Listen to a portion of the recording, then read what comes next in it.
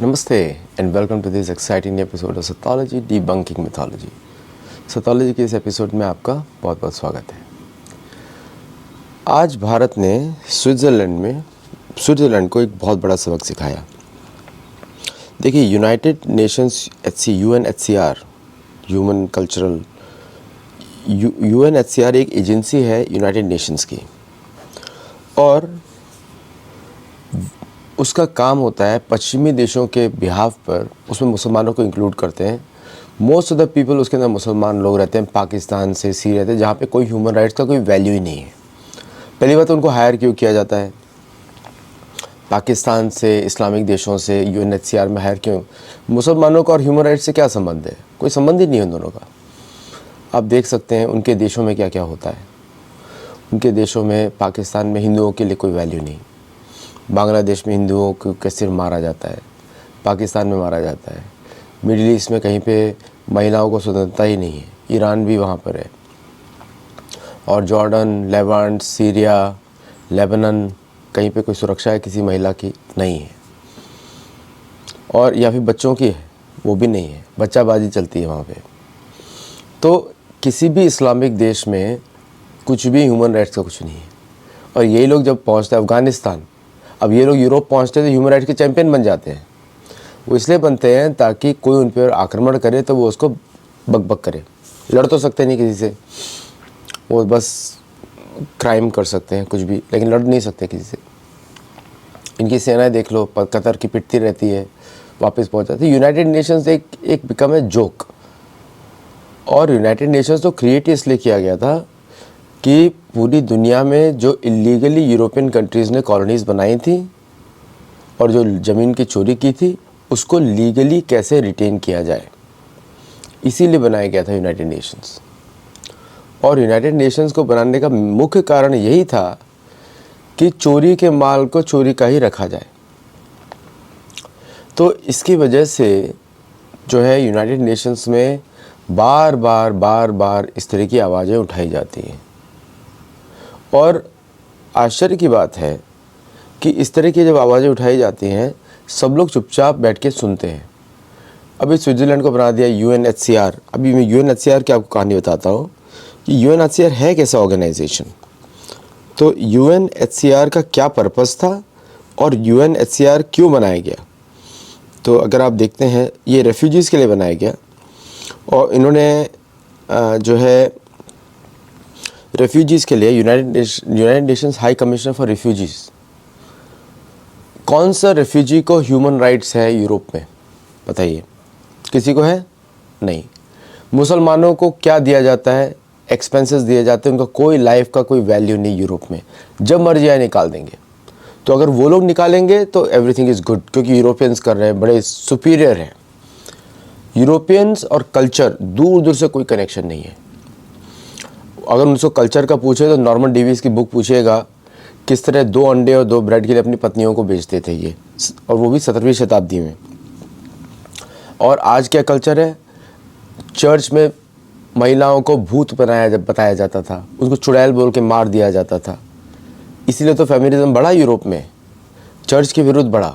Feminism जो है church के विरुद्ध हुआ है। तो क्या वैल्यू है यूरोपियंस की ह्यूमन राइट्स पे बात करने की? बच्चों को किडनैप कर लेता है नॉर्वे। फ्रांस में काली महिलाओं को मारा जाता है। जर्मनी में, फ्रांस में तो स्पेसिफिक अभी राइट्स चल रहे हैं अभी इसमें, वो जस्टिफाइड है राइट्स, क्योंकि फ्रांस जितनी चोरी 14 अफ्रीकन कंट्रीज से की है और डेली हर बार चोरी करते हैं करप्शन के थ्रू। उनके बच्चों को बोलते हैं आप फ्रांस में आके पढ़ो, उनके उधर के लोगों को, उससे बिलियंस ऑफ डॉलर्स। मतलब जो यूरोप की माइनिंग बुर्किना फासो में वो लोग करते थे फॉर जहाँ पे तोरे करके एक प्रेसिडेंट है अभी, ही इज़ यंग प्रेसिडेंट, जो वहाँ पे चोरी किया जाता था यूरेनियम का फॉर $20 और $30 से किलो, और ऐसे करके बना रेट से थे, उसी को फ्रांस से भेजा जाता है $238 अप्रॉक्सीमेटली, इतनी वैल्यू है। मतलब 10 गुना ज़्यादा। और फिर उसकी और भी ऊपर प्राइस ऊपर जाती है। और उनको कितने दिया जाता है? 32। अब सोचिए, चोरी वो लैंड से निकल रहा है, बोलते हैं हमने इन्वेस्टमेंट किया। अरे भाई, इतने इन्वेस्टमेंट किया तो इतना थोड़ी निकालोगे तुम, इतना थोड़ी चोरी करोगे। तो ये सारी कंट्रीज़ के लोग फ्रांस जाते हैं, तो कौन सा ह्यूमन राइट्स है भाई?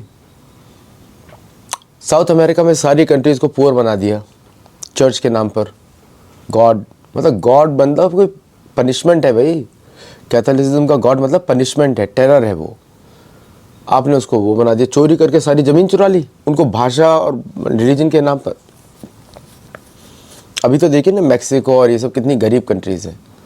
45% पावर्टी है मैक्सिको में, जो दिखाते हैं टीवी पे वो सब मत देखना। 45% पावर्टी है अंदर सड़क पे। कहाँ से हुई? यूरोपियन की वजह से। स्विट्जरलैंड बोलता है हमें न्यूट्रल कंट्री। अरे न्यूट्रल कंट्री इसलिए हो ना कि चारों ओर से पिटोगे अच्छी तरह। और स्विट्जरलैंड की आर्मी जो है कस्टोडियन है कैथोलिक चर्च की भी, by the way. Catholic church को कंट्रोल करती हैं स्विट्जरलैंड की आर्मीज, और सॉरी कैथोलिक वेटिकन को, वेटिकन में उन्हीं गार्ड्स लगते हैं। तो तुम तो पूरा कैथोलिसिज्म के वो बने हुए, न्यूट्रल कहाँ से हो गए तुम? और दुनिया भर का चोरी का माल स्विट्जरलैंड में आता है, उनके बैंक अकाउंट्स में अभी वो भी खुल गया एक्चुअली। तो there is nothing UNHCR does other than colonialism, increasing colonialism. उसके 20,000 स्टाफ मेंबर हैं। पैलेस्टाइन में उसके ऑफिस के अंदर ही आतंकवादी छुपे हुए थे। पैलेस्टाइन के सारे आतंकवादी उसी की बिल्डिंग के नीचे थे। आप समझ रहे हैं? जब इजराइल ने उड़ाया उनको तो। और सब जगह मुसलमानों को हायर किया जाता है, इधर हर जगह। कहीं पे ह्यूमन राइट्स नहीं। पैलेस्टाइन में जाएंगे तो आपको यू विल बी शॉक्ड। महिलाओं को, बच्चों को क्या ह्यूमन राइट्स है? महिलाएं तो बच्चा फैक्ट्री है, प्रोड्यूस करते रहो करते रहो करते रहो। यही बोलती है ना वो कि हम तो इतने प्रोड्यूस कर सकते हैं, आप लोग प्रोड्यूस नहीं कर सकते। ये कोई गर्व की बात हुई? बच्चे ज़्यादा होने चाहिए, धार्मिक पॉपुलेशन ज़्यादा होनी चाहिए, हिंदुओं की पॉपुलेशन ज़्यादा होनी चाहिए। और ह्यूमैनिटेरियन क्राइसिस की बात करते हैं तो सारे UN के जो प्रोजेक्ट्स है उसमें वेस्ट इंटेलिजेंस घुस जाती है। मैं आपको बताऊं, वेस्ट ने कभी भी आज भी एक भी डॉलर किसी को दान नहीं किया है। चैरिटी का अर्थ होता है चर्च को पैसा, इसको बोलते हैं चैरिटी, इंग्लिश वर्ड। दान नहीं किया है पात्रता के अनुसार, सारे तमोगुण के दान हैं। मतलब पैसा दो, उसके लिए कुछ बेनिफिट चाहिए। There is no free lunch, इसीलिए बोलते हैं। UNHCR में कहाँ पर उन्होंने रेफ्यूजीज़ के लिए नॉन पॉलिटिकल मोटिव से काम किया? डेमोग्राफिक चेंज के लिए रेफ्यूजीज़ का प्रोटेक्शन करते हैं कि सारे मुसलमान बांग्लादेश इधर आए। तो बांग्लादेश क्यों बना हुआ है भाई?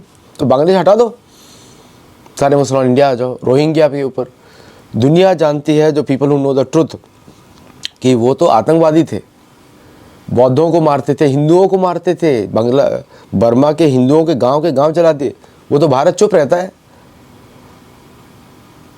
तो इससे UNHCR itself is responsible for refugee crisis। वो हटाने के लिए नहीं बना है।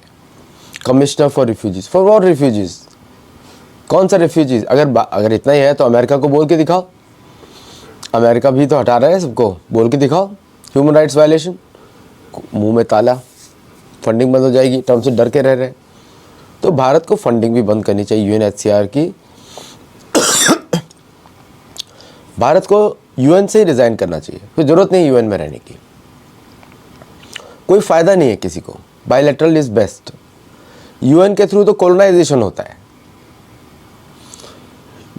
टेल मी वन इंस्टेंस जहाँ पे UN has been relevant to the world peace. कुछ नहीं कर सकते वो। They are in the puppet in the hands of the big 5 eyes, और परमानेंट मेंबर्स तो उनके वही 5 वाले ही हैं।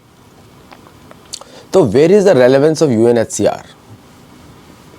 UNHCR ने आज तक कुछ भी ऐसा नहीं किया है जो जेन्युइनली ये बना है। इसे front for demographic change for countries, so that they can install democracy, और डेमोक्रेसी के बाद रिजीम चेंज। डेमोक्रेसी को यही मेन पर्पज़ है, रिजीम चेंजिंग ऑपरेशन। अब भारत में बता दीजिए कि कौन सा वैल्यू ऐड करते हैं ये रिफ्यूजीज़ भारत के अंदर? क्या जेन्युइनली रेफ्यूजीज़ है? नहीं, इनको बसाया गया, भारतीय पॉलिटिशियंस भी मिक्सअप हो गए इनके साथ। जम्मू में बसाया गया ताकि हिंदुओं की पॉपुलेशन कम की जाए, कलकत्ता में बसाया गया ताकि हिंदुओं की पॉपुलेशन कम की जाए। डेमोग्राफिक चेंज, इसका नाम होना चाहिए human United Nations commission for refugees. क्या है इसका नाम भी? अच्छा है, नहीं मेरा United Nations high commissioner for refugees for demographic regime change, demographic changes, ये नाम होना चाहिए। UNHCR DC, UNSCR-DC, demographic changes, ये इसका एक्चुअल होना चाहिए। सबवर्टिंग डेमोक्रेसी, जहाँ भी ये इन्वॉल्व होता है वहाँ पे बाद में सरकार बदल दी जाती है और वापस वहाँ पे पश्चिमी देश आ जाते हैं लूटने के लिए उस देश को। ये बहुत लंबे समय से चल रहा है। Europe must get out of Asia. Europe में रहे यार, अमेरिका में रहे, यूरोप में रहे। नोबडी शुड इंटरैक्ट, क्योंकि ये लोग नहीं तो नोचने आ जाएंगे हर किसी को। तो वेरी स्ट्राइकिंग। अब इस बार वापस इन्होंने वही राग आलापना शुरू किया, क्योंकि जो मैंने आपको बताया था। बोलते हैं कि वो बोलते हैं कि अभी क्या है उसका, हाँ, बोलते हैं कि वी अर्ज इंडिया टू सेफगार्ड माइनॉरिटीज। अरे भाई, माइनॉरिटीज़ का ही सेफगार्ड क्यों भाई, मेजॉरिटी का सेफगार्ड नहीं। भारतीय सरकार तो मेजॉरिटी का भी सेफगार्ड नहीं करती। हिंदू मर रहे हैं, माइनॉरिटी की बात करनी तो बांग्लादेश में बात करो ना, पाकिस्तान के लिए बात करो ना। भारत में तो मेजॉरिटी पीड़ित है। बताओ इनका दिमाग कहाँ पर है, आप समझ सकते हैं। घुटने से भी नीचे है, शायद कहीं पीछे ना हो, देखना पड़ेगा। And ensure freedom of expression. अरे भाई, भारत में इतना फ्रीडम ऑफ एक्सप्रेशन है, स्विट्जरलैंड में कुछ आप बोल ही नहीं सकते। स्विट्जरलैंड और यूरोप में आप कुछ बोल ही नहीं सकते, कुछ नहीं बोल सकते। भारत के लोगों को लगता है जाओ उधर जाके गाली दे के दिखाओ सरकार को, सड़क पे खड़े होके, पता लगेगा आपको। इंडियन डिप्लोमेट बोलते हैं सर, अभी भारत ने करारा जवाब दिया। Surprising shallow and informed remarks made by Switzerland. और बोलते हैं कि Switzerland should focus on its challenges such as racism, systematic discrimination and xenophobia. Exact words. Switzerland is racist. Switzerland has systemic discrimination is there and xenophobia. सब कुछ डर लगता है foreigner से। अरे भाई, तो बेच दो ना अपनी कंट्री को। Who wants Switzerland? बोलते हैं स्विट्जरलैंड वेरी ब्यूटीफुल। अरे there are so many places in India, Afghanistan, in Africa more beautiful than Switzerland. But उनको Switzerland kind of countries have kept them poor. Bharat को नहीं, बाकी कंट्रीज को, ताकि उधर टूरिज्म बढ़े। दैट्स वाई आप स्विट्जरलैंड जाते हैं तो वीडियो जरूर सुनिएगा, कितना घटिया कंट्री है वो। वहाँ पे बस वादियों में नहीं, वो जो मूवीज़ में जो खो जाता है ना, वो तो अभी कौन कौन खोता है आप देखते हैं। मुसलमान डायरेक्टर्स हैं भारत के, या एक्टर्स हैं, उनको हर चीज़ बाहर की अच्छी लगती है। वो उनको तो जाना चाहिए पाकिस्तान, उनका देश, या फिर जाना चाहिए अफगानिस्तान, या फिर जाना चाहिए वहाँ पे, तब they will understand reality. India remains ready to help Switzerland address these concerns. पहला बात, so take India's help Switzerland. India will teach you what is pluralism. India will teach you Sanatan Dharma. Leave your Catholicism, India will teach you. So without Sanatan Dharma there is no piece. तो इस तरह की countries हैं, और भारत ने इनको बहुत ही अच्छा जवाब दिया। This is the way it should be answered. क्योंकि ये मेरी बुक में आप देखेंगे, ध्यान से पढ़ेंगे इसको, आपको ध्यान से पता लगेगा। और दूसरी मैं बुक दिखाना चाहता हूँ कर्म वाली, बिकॉज ये सभी देशों के कर्म इतने खराब हैं कि दे नीड सम 2 लाख साल की तपस्या। गाय को डेली मारते हैं, जानवरों के राइट्स नहीं है, ह्यूमंस। अभी रेफ्यूजीज इतना शौक है तो भर लो सारे। मैं तो चाहता हूँ कि सारे भारतीय मुसलमान स्विट्जरलैंड में रहे, आज से रख लो अपने पास, दूसरों को राय नहीं देने का। आप अपने घर में तो घुसने नहीं देते हो, तो जाने दो। मैं तो चाहता हूँ कि पूरा अफगानिस्तान, पूरा पाकिस्तान, भारत के सारे मुसलमान सब वहाँ पे जाके रहे, स्विट्जरलैंड में। हमारा देश भारत स्विट्जरलैंड बन जाएगा, इनके जब चले जाएंगे तो स्विट्जरलैंड नहीं बनेगा। मैं चाहता हूँ कि स्विट्जरलैंड जो है पाकिस्तान के जैसा दिखे। ये तो एग्जाम्पल है, वो तो हेड है, बट सिस्टमेटिक है। आप जिनेवा में जाएंगे, ये सारे इस्लामिक देश के लोग भरे पड़े वहाँ, पैलेस्टीनियंस हैं, पाकिस्तानीज हैं, और जम के वो लोग प्रोपेगेंडा करते हैं, उसको फोरम को मिसयूज़ करते हैं। उन्होंने इररिलेवेंट बना दिया है। फॉर देम ह्यूमन राइट्स मतलब ओनली मुसलमान ह्यूमन राइट्स, और कुछ है नहीं। हिंदू तो ह्यूमन ही नहीं है, हिंदू ह्यूमन नहीं है, इंडिजिनियस पीपल ह्यूमन नहीं है, नेटिव ह्यूमन नहीं है, बुद्ध ह्यूमन नहीं है, anything non Abrahamic is not human. और जब अमेरिका उनको डंडा मारते उनकी फंडिंग हटा देता है तो अमेरिका इज वेरी गुड। तो ये सिर्फ डोनाल्ड ट्रंप से समझने वाले लोग हैं। डोनाल्ड ट्रंप इनको मारे अच्छी तरह, और वहाँ पे UNHCR must be close down. ये द वे उन्होंने इजराइल के विरुद्ध टेरर किया, उसके ऑफिस के नीचे ही किया, तो UNHCR must be compare to terror organisation. तो डेमोग्राफिक चेंजेस के लिए ये लोग खेलते हैं as UNHCR, so beware of it. और समझिए इतिहास के द्वारा कि क्या इसका रोल है। इतिहास में इसका रोल सिर्फ है regime changing operation in a legal way. एक बुक लिखनी चाहिए, how to change regimes in a legal way, और उसमें डेफिनेटली नाम आएगा स्विट्जरलैंड का। चलिए आज के लिए इतना ही। नमस्कार, जय Jagannath, and do read my books. मेरा लेटेस्ट बुक भी पढ़िएगा, द इंटरस्टेलर वॉर। वो कहानी है महाभारत के युद्ध के शौर्य को दिखाने वाली, पढ़ के आपको बहुत आनंद आएगा। और मेरी सारी बुक्स चेक करिए, ओरिजिनल एटलस, और नई बुक मेरी आने वाली है मैजिकल एटलस, और उसमें आपको पूरी दुनिया के दर्शन वापस होंगे। अगर आपको ओरिजिनल एटलस अच्छी लगी तो मैजिकल एटलस में आप खो जाएंगे, क्योंकि उसका कंटेंट मैंने इस तरह प्लान किया है कि it will regain the identity of most of the people, native indigenous communities का। चलिए, thank you all very much, नमस्ते एंड जय जगन्नाथ।